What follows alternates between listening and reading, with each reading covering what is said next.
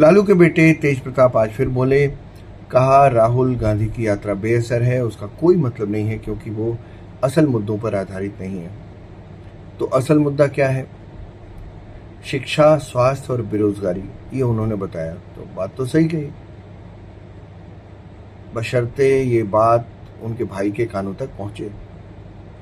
तेज प्रताप ने राहुल गांधी की यात्रा में कमी तो निकाल दी, फिर ये भी कह दिया कि राहुल गांधी को प्रधानमंत्री बनना चाहिए।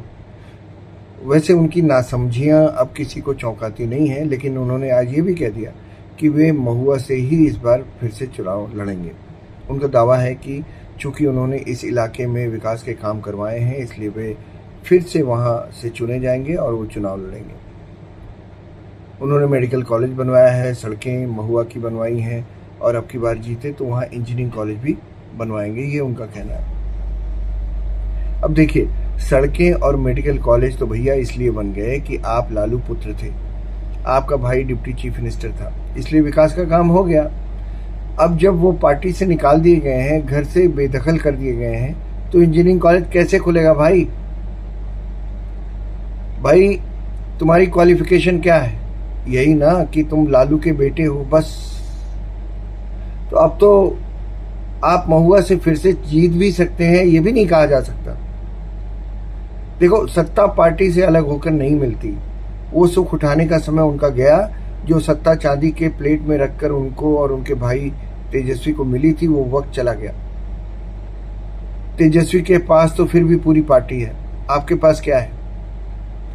उन्हें तो चाहिए कि वो पहले की तरह कृष्ण भक्ति में खुद को रमा दें, या फिर राजनीति ही करनी हो तो उसे दूसरे सलीके से करें।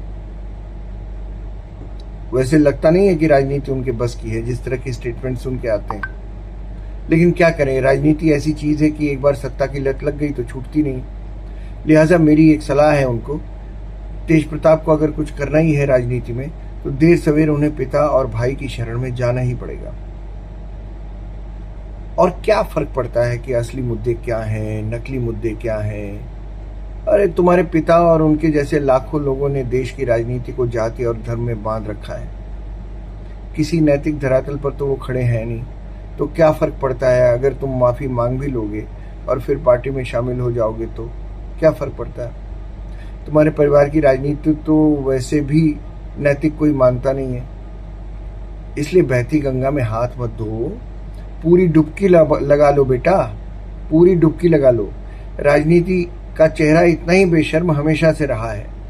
माफी मांगकर कोई नया काम नहीं करोगे, जो भी करोगे अच्छा काम करोगे। All the best.